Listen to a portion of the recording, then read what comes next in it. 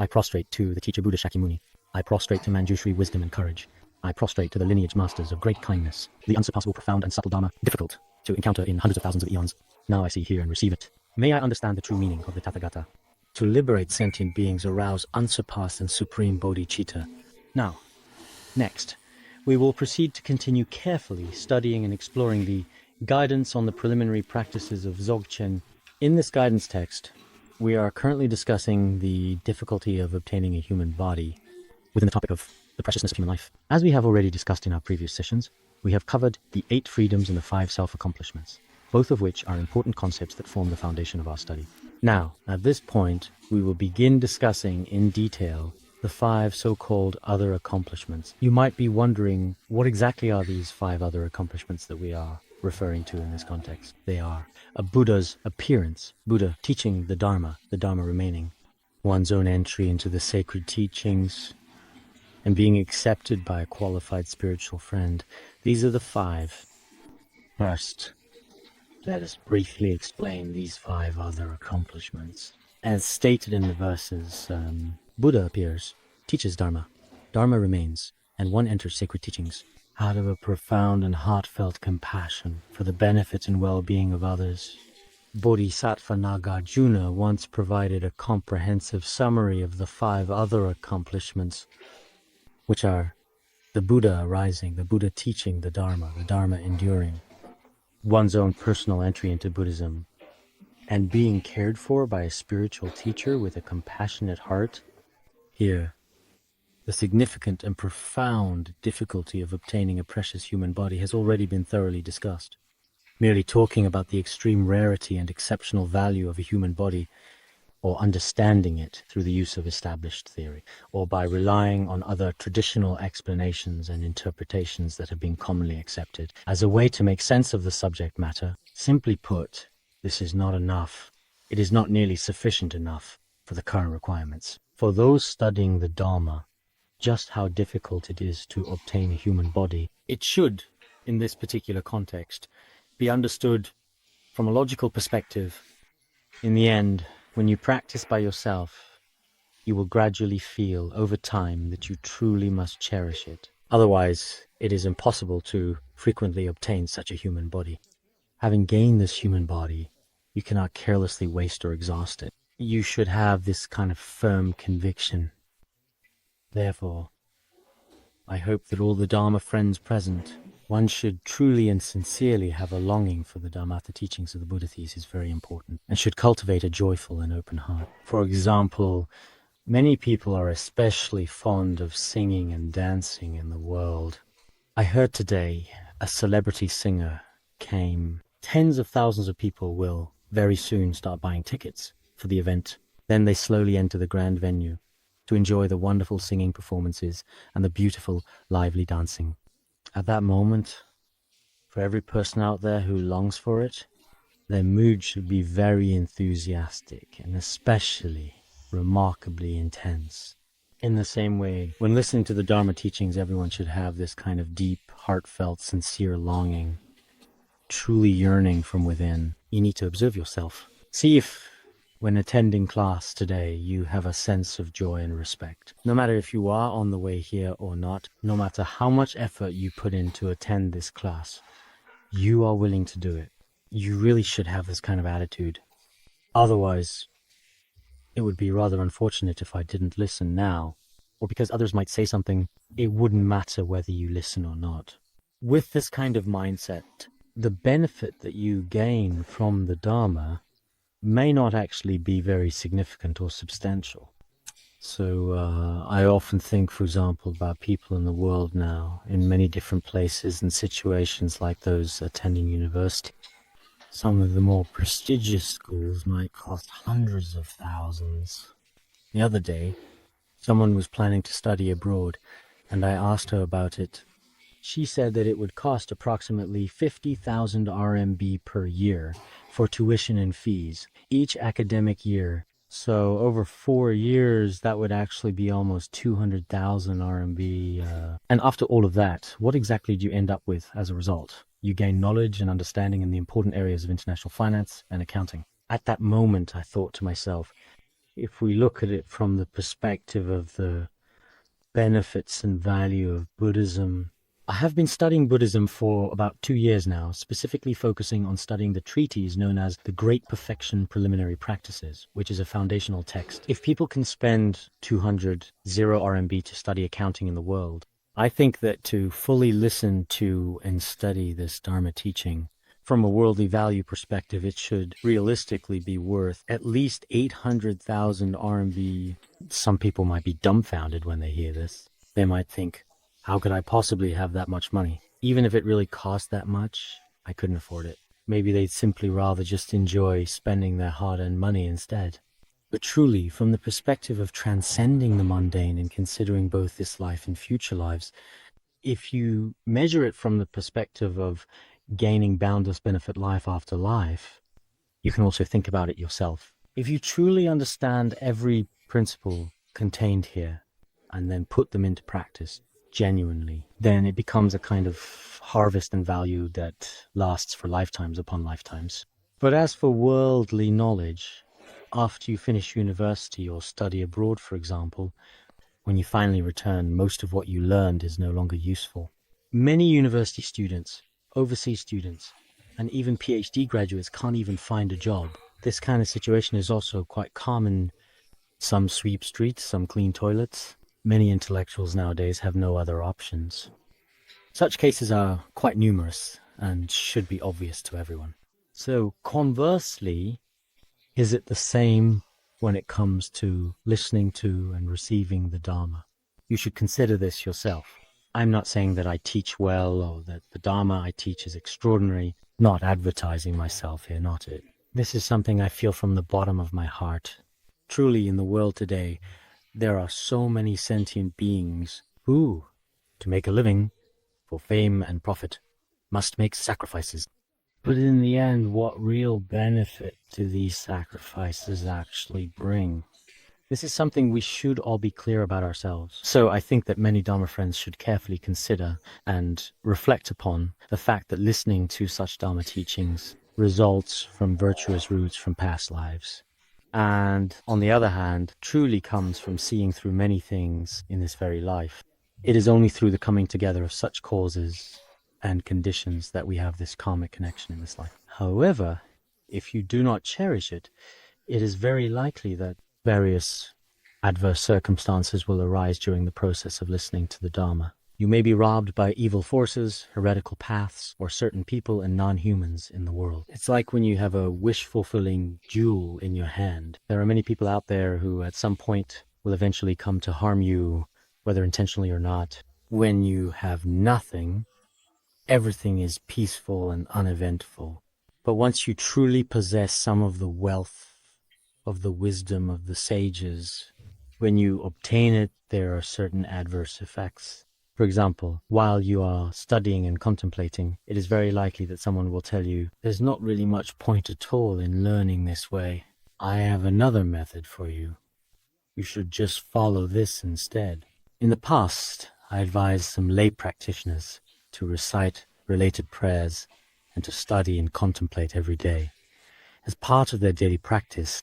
But later on, because of some other people who kept telling them things that sounded plausible but were actually misleading, in the end, they just gave up. I feel in my heart that it's really a pity for these people, because for those with true wisdom, indeed, they would not fall prey to real demons. I remember in the Prajnaparamita Sutra it says, there are bodhisattvas who fall under the influence of demons, and there are bodhisattvas who do not. There is a line which means some people with bodhicitta go astray or are misled. Some people are not obsessed. This is a scriptural citation from the Ratnakuta Sutra quoted by Venerable Longchenpa. It is said that bodhisattvas who possess both wisdom and diligence generally do not encounter demonic obstacles. Because they have realized emptiness and are truly extremely diligent, there is no opportunity for demons to take advantage. Bodhisattvas abide in the state of selflessness and emptiness, and because they possess great wisdom, the demonic beings are simply unable to disturb them. However, There are also some individuals who are very diligent but lack wisdom. Such people often provide demons with an opportunity to take advantage because they have not yet realized emptiness and are often, quite frequently, seeking benefits for the self. They seem diligent, but this kind demons can, in some cases, occasionally bother or harass you and even cause you harm. There is also another type, those who lack both wisdom and diligence. For such people, demons do not even bother to create obstacles. Why? Because they are lazy and lack wisdom. The demons are most pleased. This is exactly their job. They think you already belong to them. So, for those who are lazy, lack wisdom, and are unwilling to listen, reflect, or study, everything they do goes smoothly. It's the same in the world. Some people don't practice Buddhism properly and are especially lazy.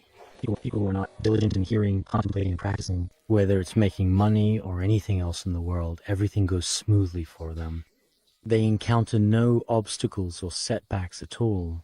But for some people, during the process of diligent practice, various obstacles arise. Diligence without wisdom. At such times, we should carefully put on the protective armor of diligence and selflessness. We must always keep striving and keep learning. So everyone here should, from time to time, occasionally remind themselves, I see myself going to class daily, but it's not like working at a job in the world simply for the sake of making a living. Don't approach it with that kind of attitude, really. What kind of attitude should we have then? Just like we mentioned earlier, like a seriously ill patient. Treat your own personal illnesses each and every day, and enjoy the nectar of immortality. We should genuinely embrace and approach it with such deep joy and reverence in our hearts and minds. In this way, the Buddhas, Bodhisattvas, Gurus, and Dharma protectors, through their blessings, will definitely allow your mind stream to benefit from the Dharma. No matter in front of which teacher you are, whether you are attending the teaching in person, or listening through a recorder or television, or using any other convenient method, when you receive the Dharma, first, you must have incomparable joy and reverence. If you have such reverence, then, imperceptibly, the Dharma will bring you real and tangible benefit. Otherwise, even if you appear to be receiving it, but actually have an indifferent attitude, the benefit you gain will also be minimal. Therefore, everyone present must, without exception, absolutely, always, whether in front of any Dharma teacher or when receiving the Dharma on your own, never, under any circumstances, let go of your deep reverence and heartfelt devotion toward the Dharma. Here, it specifically talks about the 5 other accomplishments. When teaching, I also hope you will carefully examine your own mind stream. Check if each principle is like this. Are we really, in our current existence, truly in possession of this rare human life? This is the main, crucial point to contemplate and reflect upon. If we had not been born in the Age of Light, when the Buddha appeared in this world, then even the name of the true Dharma would not exist at all. But now, we have encountered the auspicious aeon in which the Buddha has appeared, so the teacher is supremely perfect. First, if we had, by any chance, been reborn in a truly dark and desolate aeon, it would indeed be truly pitiable, even heartbreaking. But we have not, in fact, been reborn in those distant and ancient times, when the Buddha had not appeared at all. The many dark aeons that will be discussed in detail below. In these dark aeons, even the 3 jewels, the Buddha, the teacher, as well as the profound teachings such as the 4 Noble Truths and the 12 Links of Dependent Origination, are utterly impossible to encounter by our ears for countless years. But now, however, this is certainly not the case. We have truly, genuinely encountered the auspicious aeon, a most remarkable and significant era, a fortunate time, an auspicious aeon where the Dharma flourishes. That is why it is said that the Buddha has appeared, or that the teacher is perfect. Without teacher, no matter how many times we cycled through birth and death in this world, there would be absolutely no way out.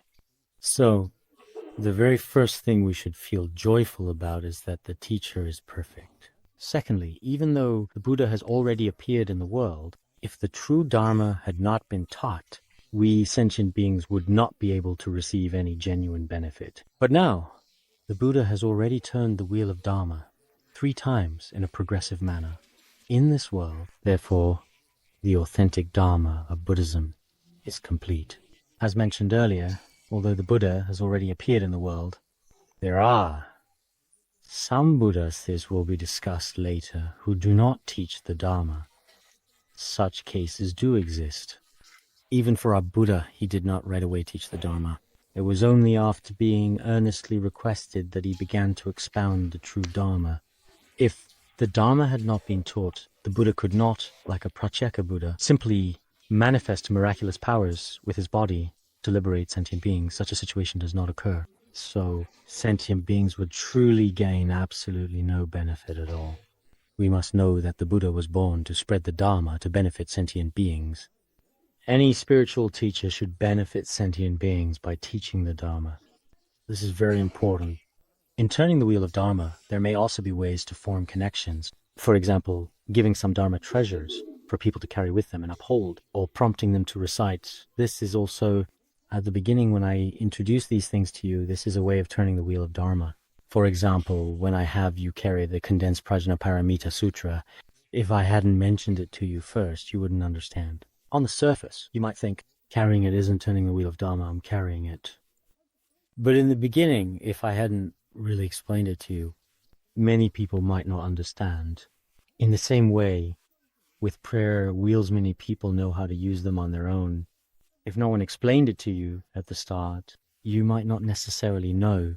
That's why when the Buddha gives you teachings on the true acceptance and rejection of cause and effect, this is something that is extremely important, and it is vital to recognize just how significant it truly is.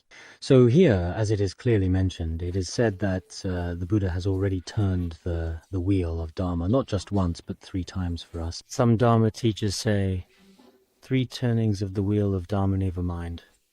Let's not talk about it. There is also, notably, the Sutra of the 3 turnings of the wheel of Dharma in the Buddhist scriptures, which is a sutra about the 4 noble truths, translated by Yi Jing. It explains the 4 noble truths. There is a Chinese version, but it is brief. So the true turning of the Dharma wheel is as follows. First, turning the Dharma wheel of the 4 noble truths. Middle, turning the Prajnaparamita wheel. Final, turning the wheel of distinguishing teachings. These 3 great turnings of the Dharma wheel have indeed already encompassed all the various different sentient beings. Therefore, the Buddha's teachings are complete in this life. Although the Buddha has already taught the Dharma, it is important to note that if the Dharma has already disappeared, it will not have any effect on sentient beings. But now, the period of the Buddha's teachings remaining in the world has not yet been completed. Therefore, this is called the completion of time, or the abiding of the Dharma in the world. Although the Buddha has already turned the Dharma wheel 3 times for us, its fruition period, teaching period, and appearance period, once all these periods are fully completed, it will have already passed.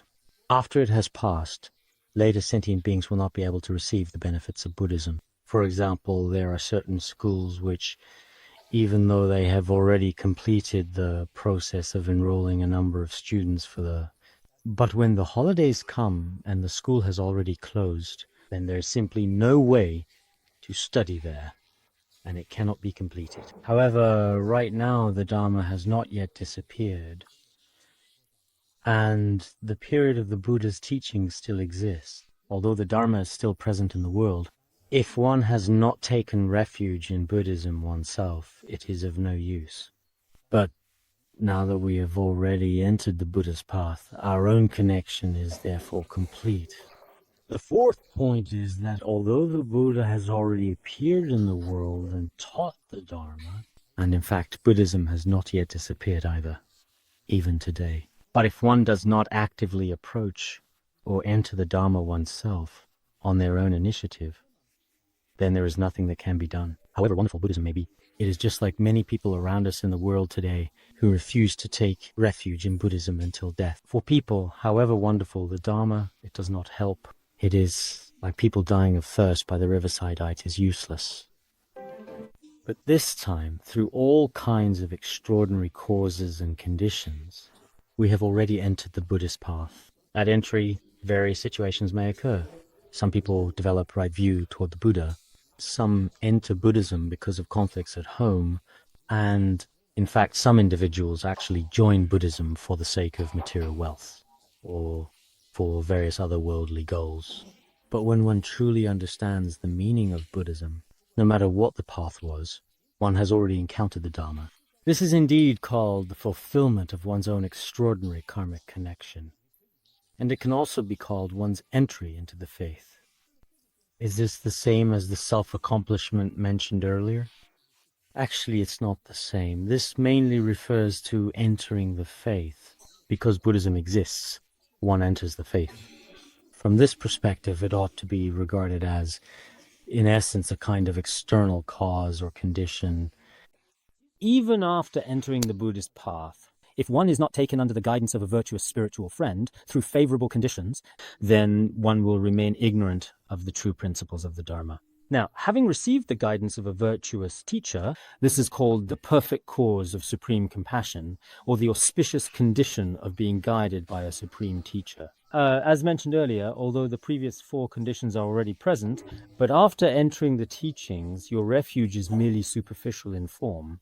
In reality, if you have not encountered a truly excellent spiritual teacher, then you will not understand even the most fundamental basics of Buddhist doctrine or truth. You will essentially know nothing at all. This is nothing more than a superficial appearance. Some monastics have already been ordained for 10 or 20 years, yet even now they do not understand the basic precept. Some people have taken refuge for many years, but even now they lack the fundamental mind of bodhicitta and the mind of refuge, and they barely know how to practice the meditation on the preciousness of human life.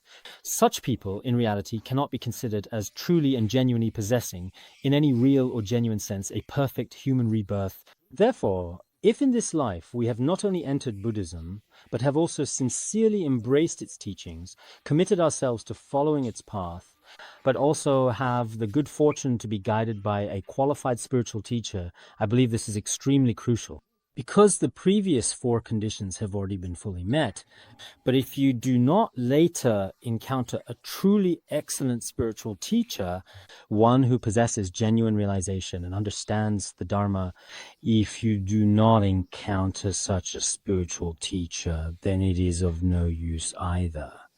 So first, we should recognize that everyone here possesses these five external perfections. These five perfections require dependence on external conditions to be complete. Therefore, they are called the five external perfections.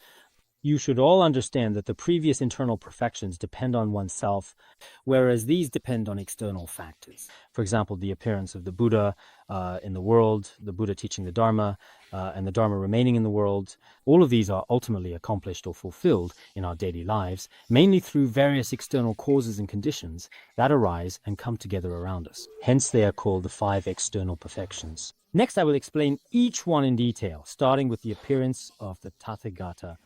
The appearance of the Tathagata in the world is extremely rare. When we reflect on this, we realize that this is probably not such an easy thing. We might think that the Buddha's appearance in the world and turning the wheel of Dharma is very simple, and perhaps some people do think this way, but it is not so. The arising of Buddhas in the world is extremely rare and difficult to encounter.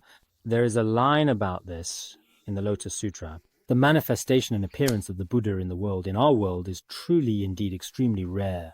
In ancient China, during a time when Buddhist philosophy and sacred texts were deeply studied and revered, an important work known as the Record of the Meaning of the Mahaparinirvana Sutra was, first, it is difficult for a Buddha to appear in the world. Second, it is difficult to obtain a human body. This also points out that the appearance of a Buddha is extremely rare. Before we studied this principle, we thought it was simple. Some still do. But what is the truth? Next, we need to carefully study and understand it. After studying this section, a genuine feeling will arise in our hearts. The appearance of the Buddha in the world is not that easy. I think many Dharma friends present here who are wise will develop this understanding. Here it is said that the four periods of formation, existence, destruction, and emptiness in the world are collectively called a great kalpa. Those who have studied Abhidharmakosha should know that, in fact, regarding basic Buddhist terms, concepts, and principles about the world, it is still important to understand that studying Abhidharmakosha is very important. In the Abhidharmakosha, it is clearly explained that the entire world as a whole goes through 4 stages: formation, abiding, eventual destruction, and finally becoming empty. These 4 stages are respectively called formation, abiding, destruction, and emptiness. Each stage is composed of a total of 20 unique and distinct intermediate kalpas, which are transitional periods. Formation and abiding each last 20 intermediate kalpas. Destruction, as well as the final state of emptiness, in this context, each of these also have 20 intermediate kalpas. Altogether, there are 80 intermediate kalpas, which are called a great kalpa. The concept of a kalpa encompasses a vast span of time, unlike what some people today think: few million years, hundreds of thousands of 5,000-year history of humanity. These kinds of statements are actually quite simplistic. But nowadays, some people, especially those who know nothing about Buddhism's vast concepts of time and space, may not believe it. Because from the perspective of Mahayana Buddhism, some teachings are indeed very profound. But regardless of that, in any case, we should introduce this to such people in this way. At first, after the introduction, some people might have some doubts. But with doubt over time, it can become right view. However, you must never, when you don't understand something yourself, just casually slander or simply deny it to others. That is unreasonable. You must never, under any circumstance, absolutely deny principles that you yourself cannot comprehend. Otherwise, you may have to pay for the mistakes you make with your own life. This is something Shakespeare said. Where did he say it? So there are certain individuals, people from various backgrounds and places living in different parts of the world. As mentioned just now in A Midsummer Night's Dream, he said this. So I really worry about some people in the world. So when we happen to talk about the 3,000 Great Thousand Worlds, or when we are speaking about a Great Kalpa, for instance, how is time that long? But there's nothing you can do. Take a summer mosquito. If you try to explain to it that a human's lifespan is 100 years, it only has a very short life.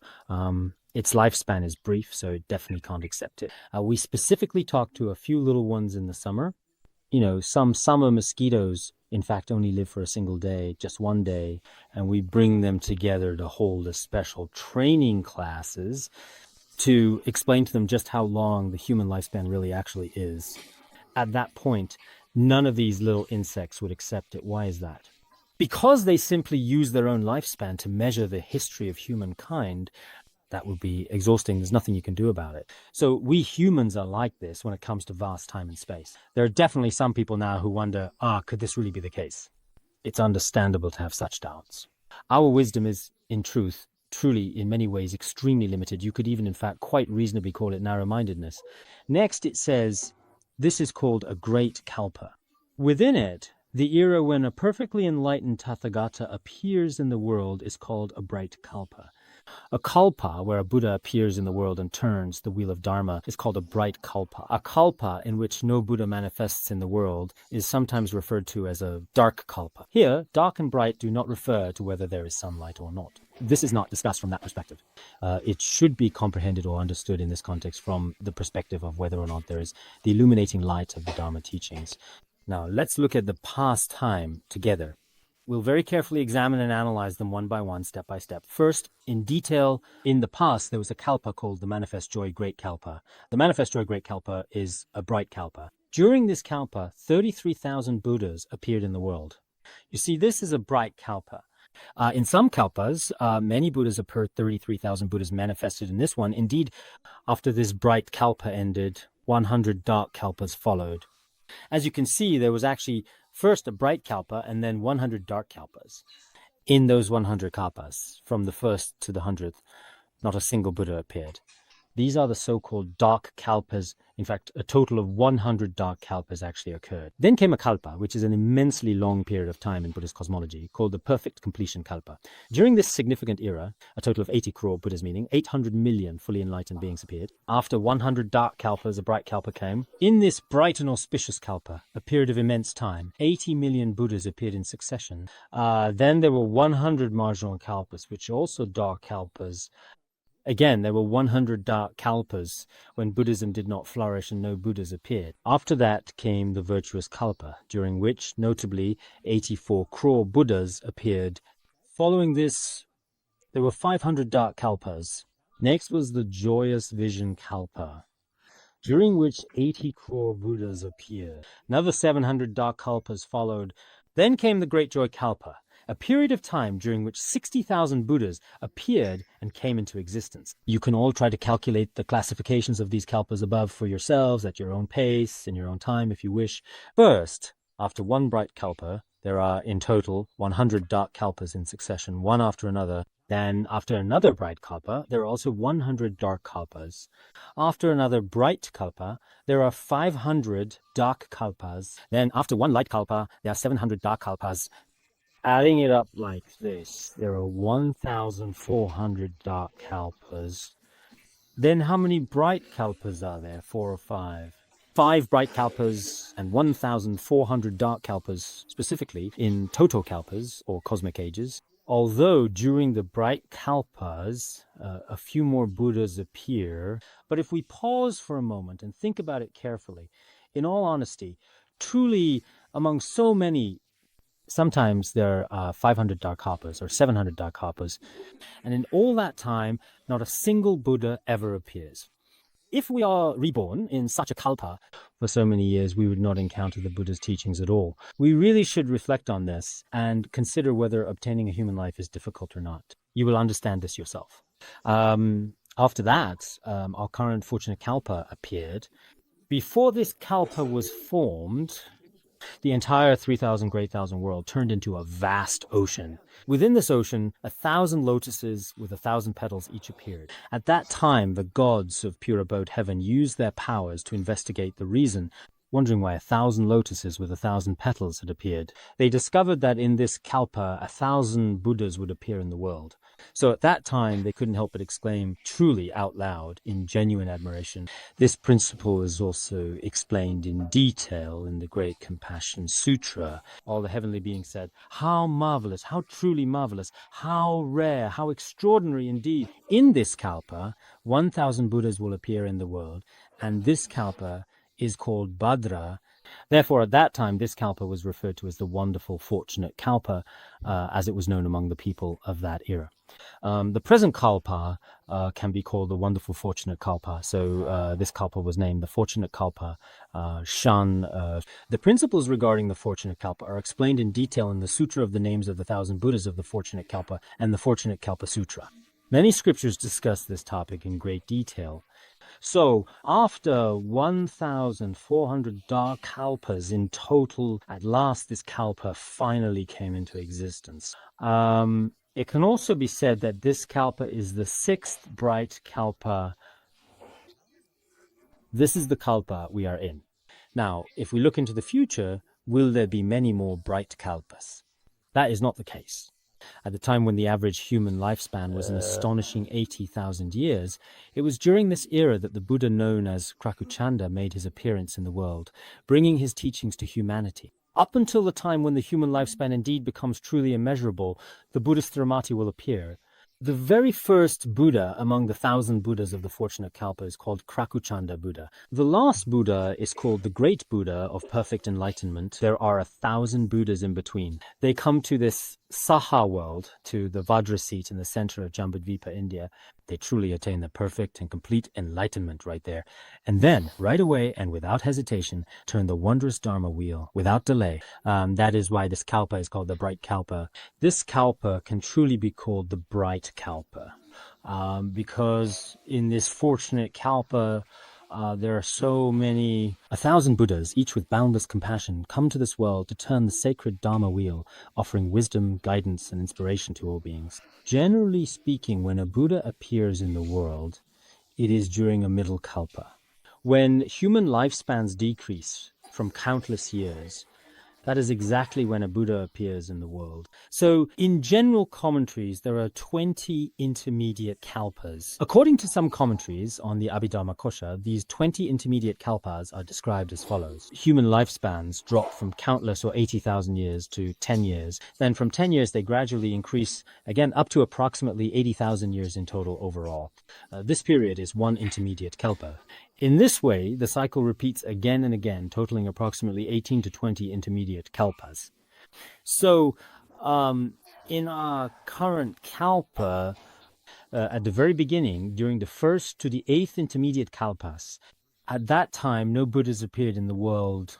How did the 1,000 Buddhas of the fortunate kalpa appear? From the 1st to the 8th intermediate kalpas, at that time, in that era, no Buddhas appeared. Then, in the 9th intermediate kalpa, when the human lifespan was 80,000 years, Krakuchanda Buddha appeared. Notably, he was the very first Buddha of the fortunate kalpa in Buddhist tradition. During the era when the average human lifespan was an astonishing 40,000 years, it was at this remarkable time in history that Kanakamuni Buddha made his appearance in the world, bringing his teachings and wisdom to humanity, the second Buddha of the fortunate kalpa. Then, when the human lifespan was 20,000 years, Kashyapa Buddha appeared, and when the human lifespan was 100 years, Shakyamuni Buddha appeared. This is the fourth Buddha of the fortunate kalpa. So we can now say that during this period of the Dharma, the human lifespan is 100 years.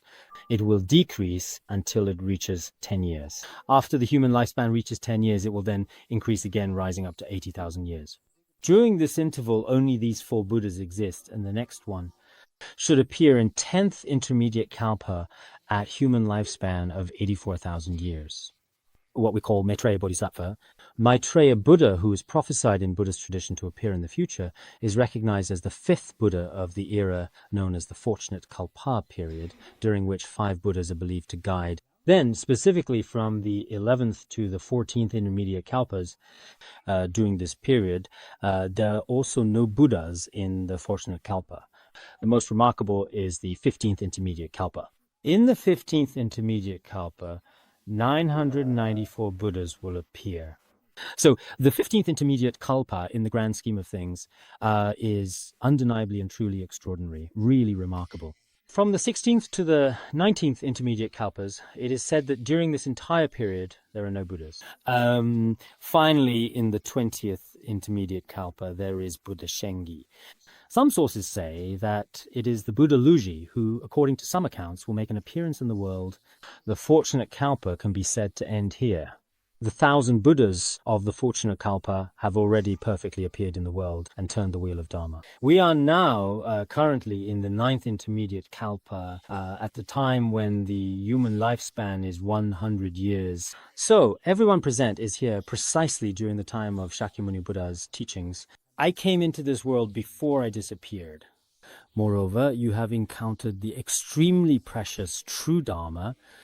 How do you feel about this? You should reflect on your own mind. I often think that indeed we must have created very good causes and conditions in the past. Otherwise, even in this very life, among the many different and various conscious and sentient beings all around us, none of them have actually truly entered the Buddhist path.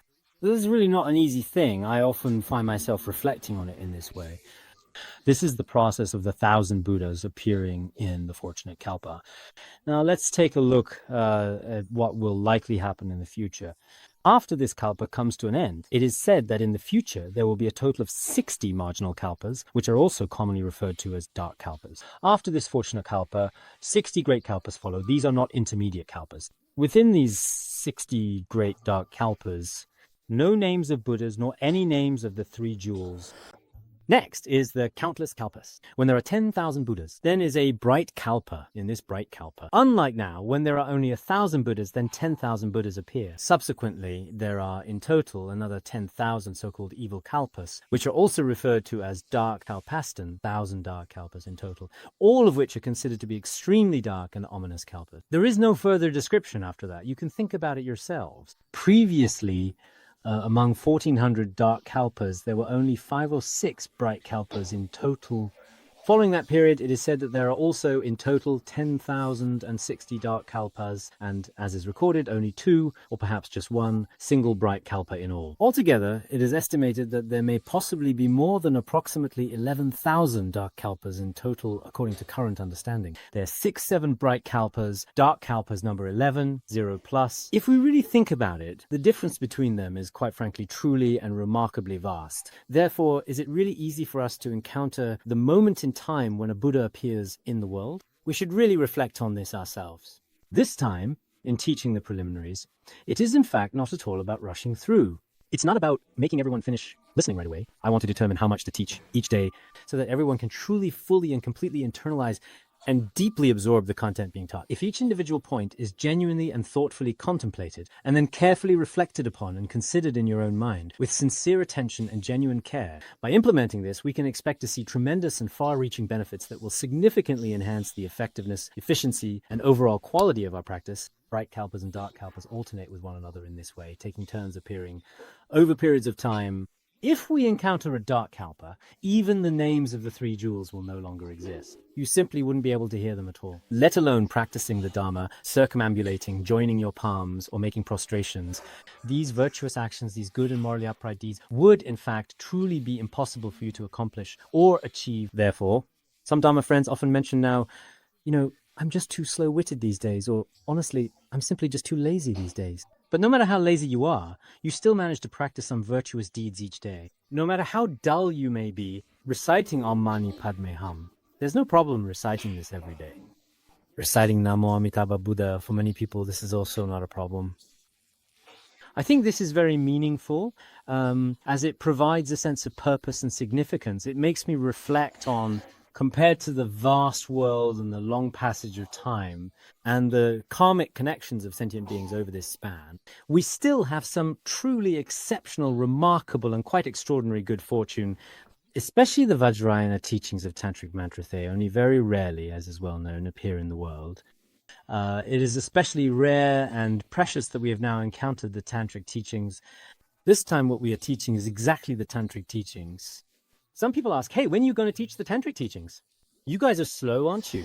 When are the Tantric teachings being taught? They're being taught now. Do you think that the preliminary practices of Dzogchen is not a Tantric teaching? What exactly do you mean by Tantric teachings?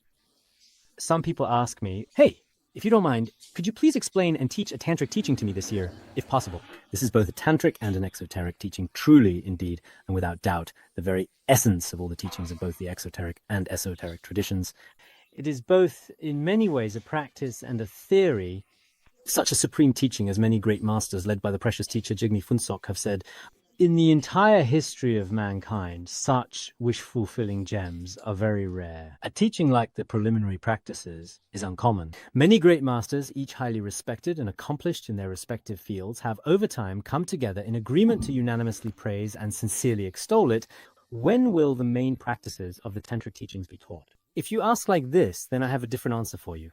Otherwise, you ask, when will the Tantric teachings be taught?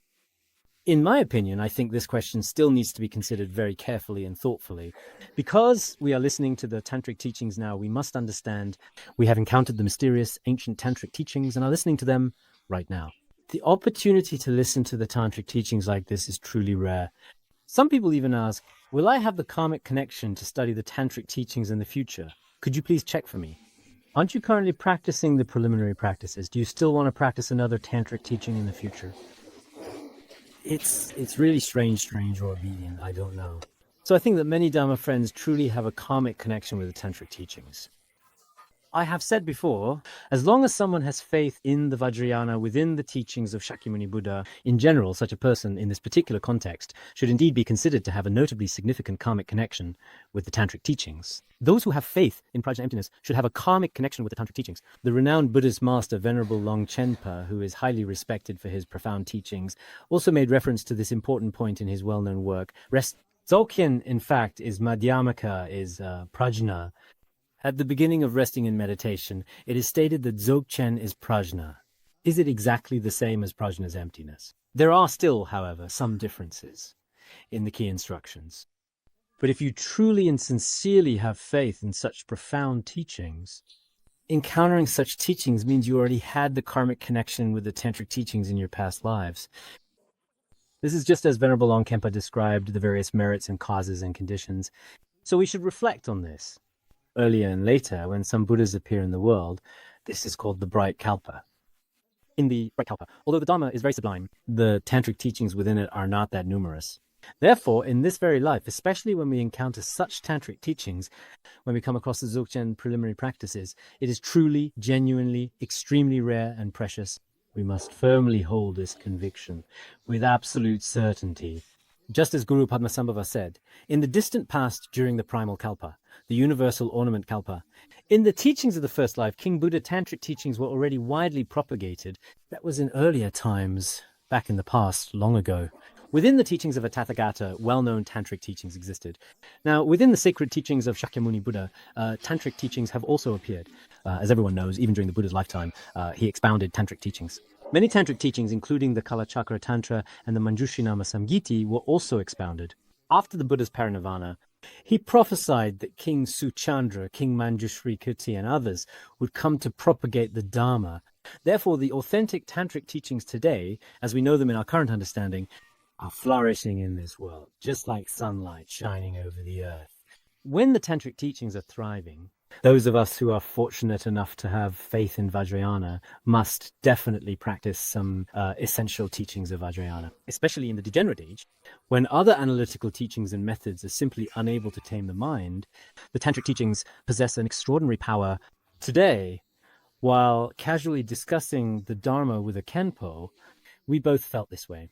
Because the pith instructions of Trekcho in the Secret Mantra tradition are particularly special in the Secret Mantra tradition, including the preliminary practices and other profound teachings, can directly and effectively cut through complex discursive thoughts in the minds of people who are truly living in the degenerate age. Venerable Longkhenpa also spoke of the many truly numerous merits, indeed, of the tantric teachings in the degenerate age. The discursive thoughts and afflictions of many sentient beings are extremely difficult to subdue. But the tantric method is like something mysterious and subtle that has gradually taken shape and developed over a very long period of time, unfolding slowly and steadily as the years have passed.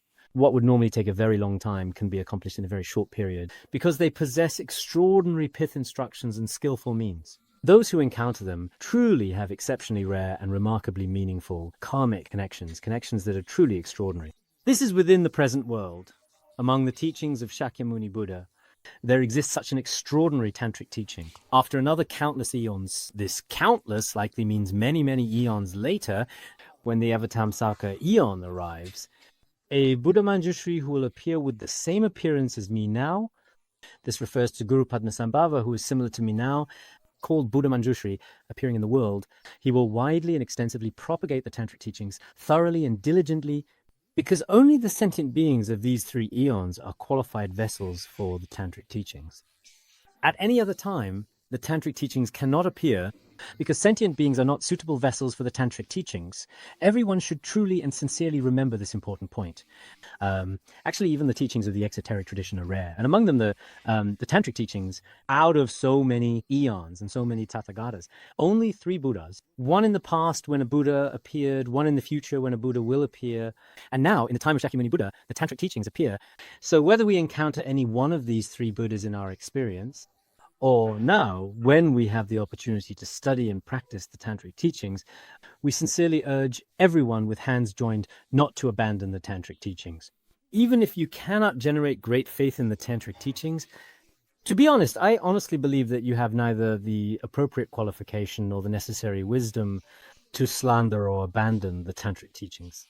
You must always remember that the tantric teachings are indeed especially profound. As an ordinary person like myself, although my practice is not very good, it is still certainly an object of my reverence, one to which I prostrate and to which I make offerings. If you have even a small measure of this offering and respectful mind, according to the scriptural evidence in some tantras, there is also the opportunity for liberation. Recently, I thoroughly read and carefully studied with great interest the commentary on the Universal Action Tantra. And at the end of the text, there are numerous different merits of the tantric teachings that are described in detail. After reading it, I truly developed a deep sense of faith. I really did, honestly, without a doubt. If you are able to truly and completely understand the deeper, true meaning of the innate wisdom that lies within the tantric teachings, there may be certain difficulties. But I think at the very least, forming a positive connection, especially in our lives, brings significant and meaningful merit. It quotes scriptural evidence from the Ratnakuta Tantra, stating that if you carry tantric texts with you, then you are, in every possible way, truly no different from a manifestation of the great Vajradhara Tathagata himself. If we do our very best to recite tantric mantras or tantric scriptures with full concentration and focus, then the true and deeper meaning of realization and understanding can gradually arise within our own minds and hearts. And if you are able to write, let's say, for example, if you can write down the tantras or the principles of tantra, then you will have the auspicious connection to truly enjoy the Buddha's teachings. Such an extraordinary cause and condition indeed in this most precious and very life. So I think even if you are not particularly well versed in Tantra, the view, practice, and fruition are very profound. And in the degenerate age, it is indeed difficult to fully comprehend them, but you should still gradually and sincerely develop faith in the tantric texts and rituals, taking your time and always accept them with a sense of reverence. Then the merit that comes from this is truly beyond what we can possibly imagine or comprehend, making it I remember there is a text called the Collection of Definitive Tantras, which says, "Those who have faith in this and uphold it will be blessed by all Buddhas." This means that if you truly develop faith in Tantra and uphold it with sincerity, all the Buddhas indeed will truly bless you. It also goes on to say, one attains a truly inexhaustible and most valuable treasury of merit, thereby achieving truly remarkable outcomes and benefits in this life and the next. By thoughtfully practicing Tantra in this particular and mindful way, you can gradually, step by step, come to acquire an immeasurable and inexhaustible treasure of merit. At the same time, many results that would have manifested in future lives can be accomplished in this very life. For example, it might have taken me millions of kalpas to achieve realization or to be liberated from samsara. But because of the blessing power of Tantra, I can attain the sacred fruition ahead of time. So there are still many other merits. There are truly abundant merits, far more than can be easily counted or fully described. The sheer number and variety of these merits make them especially noteworthy, and their presence is significant. There is a text called the Vast Expanse of Space Tantra, which says, if anyone develops faith in the definitive meaning of Tantra, and then comprehends the meaning that accords with the teachings, even if they have not practiced even as much as a particle of dust, the result they attain is Buddhahood. So for some people who are perhaps just a little bit rather lazy, as long as they hear the teachings of Tantra or receive tantric empowerment, why is it that people in big cities nowadays are especially eager to receive tantric empowerments? There really is a very good reason for this indeed, as you might have already guessed. It is because they truly understand the merits and value of Tantra. As long as the Dharma words are truly and sincerely heard, even if only once, there are extraordinary merits. Of course, the Guru also needs to observe and assess. Otherwise, not everyone is sufficiently qualified to receive empowerment in every situation. That's not the case, as you might think. Yesterday, in the quiet afternoon, I found myself engaged in a thoughtful and meaningful conversation with a Dharma teacher, reflecting on important aspects of life. He said, "This year I'm teaching the Tantric scriptures, but honestly, as you might imagine, it's actually quite difficult, to be able to receive empowerment." Then I said, "After you have studied the Tantras for such a long time, for so many years, over the years, now that you can't receive empowerment, you have developed firm conviction, right?" I was joking with him when I said that. But in reality, it is still very difficult to receive empowerment because of the qualifications required of the guru. There are many requirements for a guru and requirements for disciples too. If anyone just casually takes a vase and for no particular reason whatsoever pours some water on your head, you might get the water. But as for the true empowerment, the essence within it, it's like the vow essence of the Hinayana, the vow essence of Vajrayana, empowerment. The Vajrayana vows, the Samaya vows, whether each of us can actually receive them or not. In reality, in practice, after we study the Great Illusory Net and some Vajrayana teachings, we might realize, oh, I have actually attended many empowerment ceremonies before in the past, but if the necessary conditions existed, then if I received empowerment is uncertain. It could really be like that. So receiving empowerment is actually quite difficult. But no matter what, it's very important for us to have faith in Vajrayana Buddhism We must never slander Vajrayana or speak ill of it. Ordinary people really do not, in most cases, have the qualification to do so, but sometimes it's understandable some people just follow what others say. Some people might casually, without understanding the profound teachings of Vajrayana, nor truly knowing its actual origins or even some of its deeper, more complex history, carelessly speak irresponsibly to others about Vajrayana teachings. If a very few Vajrayana practitioners behave inappropriately, people attribute this to Vajrayana as a whole and then talk about the faults of Vajrayana teachings. In the end, if such a teacher has many disciples, they all start repeating these things. But things are much better now these days. I think that, as a matter of fact, whether it's in the Han regions or in other areas or places elsewhere in the past, there were many places where teachers spoke ill of Vajrayana teachings. But now, due to various circumstances, they have completely changed their tone over time as things progressed. They speak of how supreme Vajrayana is. Of course, we sincerely wish to say that if you can help us promote Vajrayana, we are extremely grateful and appreciative, and it is truly praiseworthy. But even if you can't really help us spread it, as long as everyone develops a sense of respect for Buddhism as a whole, I think that is, without a doubt, indeed truly very, very profound. Once you simply study it, you will understand. If you really don't believe, you can always communicate with us and discuss things further with us in the future at any time you wish, at your convenience. We have, in fact, already been studying for approximately 10 to 20 years now. We certainly don't dare claim to have attained any very profound realization. But in terms of doctrine, we can definitely discuss with those who have never studied before, or with people studied for 2 or 3, 5 or 6 years. There shouldn't be any problem with that. In this way, you can speak face to face and, for example, say, the doctrines of Vajrayana are unreasonable, the rituals are unreasonable, the practices are unreasonable, and that all of the Buddha statues, the acts of subjugation, the concept of union, these are all, in fact, completely unreasonable. If you truly and absolutely have some very reliable and convincing evidence that can be verified, then we can have a meaningful discussion. But in reality, how many really wise people are there actually have already clearly clarified and thoroughly explained this issue in the end, except for a very few, those who are completely unreasonable and hold wrong views? The people who genuinely reason things out, whether in India or Tibet, and now in the Chinese-speaking world, there are many intellectuals and great masters.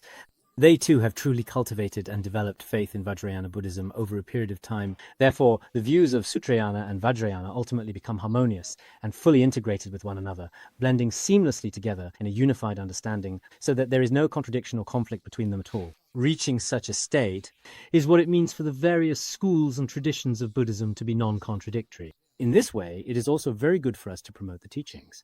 When disciples study, whether they study Sutrayana or Vajrayana, everyone will be truly happy, and there will be absolutely no barriers at all between each other. If you have the karmic connection, you can also practice even more supreme Vajrayana teachings and instructions yourself.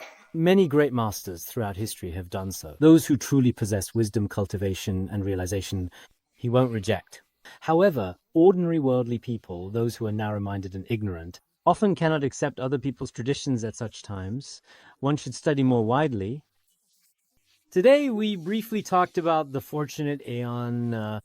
In the present fortunate aeon, when the human lifespan is 100 years, the perfectly enlightened Buddha Shakyamuni has already appeared in the world. Therefore, the fortunate aeon is, without a doubt, truly an era of radiant and brilliant light. Today, we have encountered such an era of light. Everyone should truly give rise to a sense of joy, reflect carefully and thoroughly, repeatedly, on the content and ideas that have been discussed above with care. I believe that the Dharma is not just something to talk about. If you reflect on it again and again and find the feeling, then your own practice will be very good.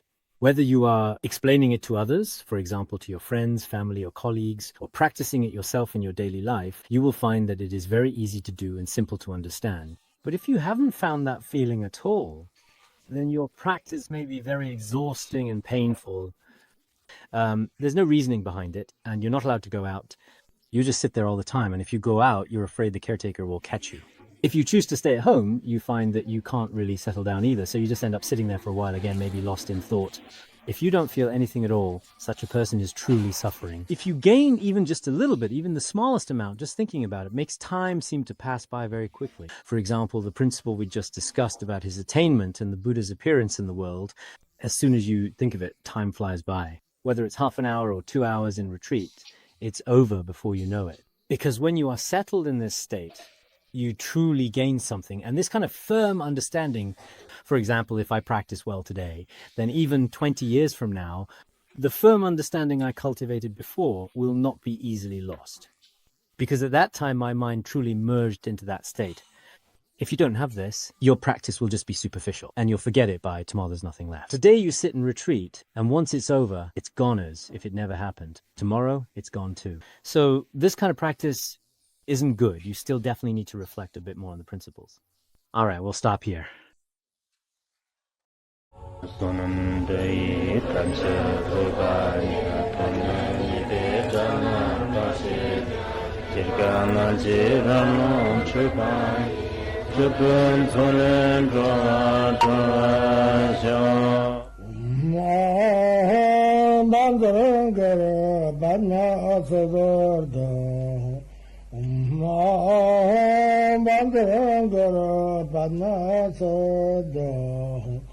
Om